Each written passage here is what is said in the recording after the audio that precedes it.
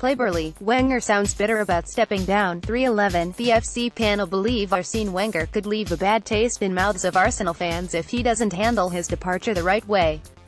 311, 9 a.m. BSTArsenal goalkeeping legend David Seaman has called on Arsene Wenger to stick with Per Cech for the Europa League semi-final against Atletico Madrid, even though David Ospina is back fit again.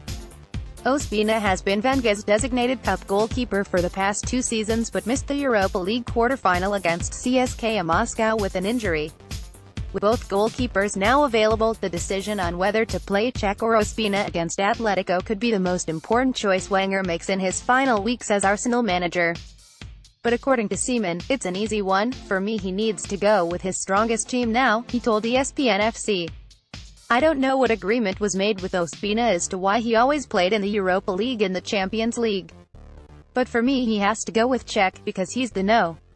1 goalkeeper, and now we need to focus on that Europa League, because obviously that's the only way we're going to get back into the Champions League.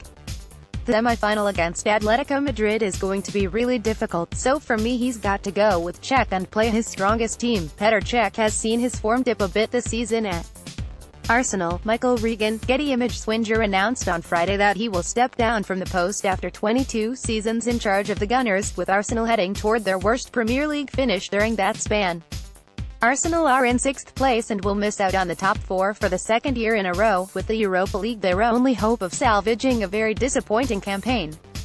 The biggest reason for their struggles have been defensive mistakes, including a few uncharacteristic ones from the 35-year-old Cech, but Seaman said he doesn't see a massive need for Arsenal to buy a new goalkeeper this summer, and said the club should focus on finding new defenders instead. They might have a look at the goalkeeping position, but I don't see a huge decline in what Petr Cech is doing, Seaman said.